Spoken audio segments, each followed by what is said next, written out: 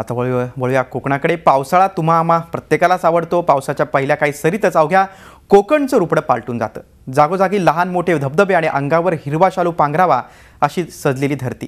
कोकणातला पाऊस अनुभवणं म्हणजे एक सुखद अनुभव असतो। पाहूया एक रिपोर्ट।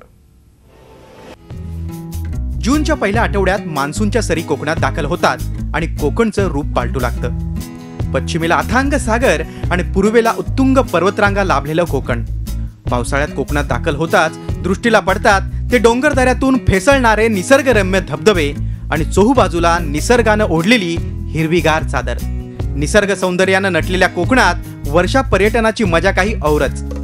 आता आम्ही इथे रत्नागिरीतल्या पानवल इथल्या धबधब्यावर आलोय। कोकणात मस्तपैकी पाऊस पडल्यामुळे सगळे धबधबे अक्षरशः जिवंत झाले, ओसंडून वाहत आहेत। तुम्ही बघताय माझ्या मागचा धबधबा कसा जोरदार वाहतोय आणि सगळे आजचा जो वीकेंड आहे ना तो सगळे अगदी धमाल मस्ती करतायत, एन्जॉय करतायत।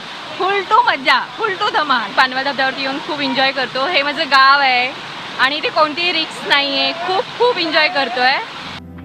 रत्नागिरी जिल्ह्यातला नयनरम्य सवत्सडा आणि पानवलच्या धबधब्याला पर्यटकांची अधिक पसंती असते। हा धबधबा महामार्गाजवळच असल्यानं पर्यटकांना इथं पोहोचणं सहज शक्य आहे।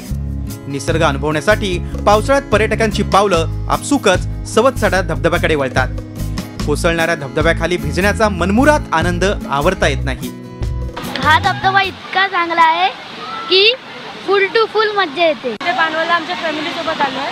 खूप भारी वाटतंय, मस्त संडे एन्जॉयबल आहे, मस्त छान थंड वातावरण आहे, रेनी सीझन भाव मस्त। रत्नागिरी जिल्ह्यात सध्या ठिकठिकाणी असे असंख्य जलप्रवाह हिरवाईतून वाट काढू लागलेत। कोकणातलं हे सौंदर्य अनुभवण्यासाठी आणि वीकेंड आनंददायी करण्याचा विचार असेल तर कोकणातला निसर्ग साथ घालतोय।